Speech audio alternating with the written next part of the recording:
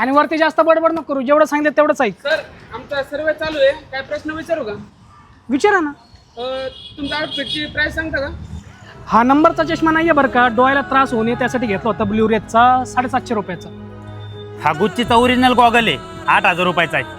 हे शर्ट आणि पॅन्ट माझ्या मित्राच्याच दुकानातून घेतले होते, दोन्ही मिळून 1000 रुपयाला पडलेत मला. मी ट्रेंड्स आणि झुडिओशिवाय कपडेच खरेदी करत नाही, दोन्ही मिळून 2,500 रुपयाचं आहे.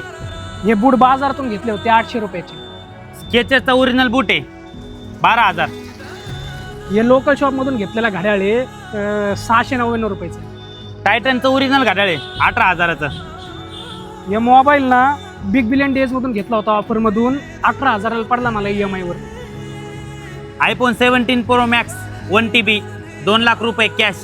सर तुम्ही काम काय करता?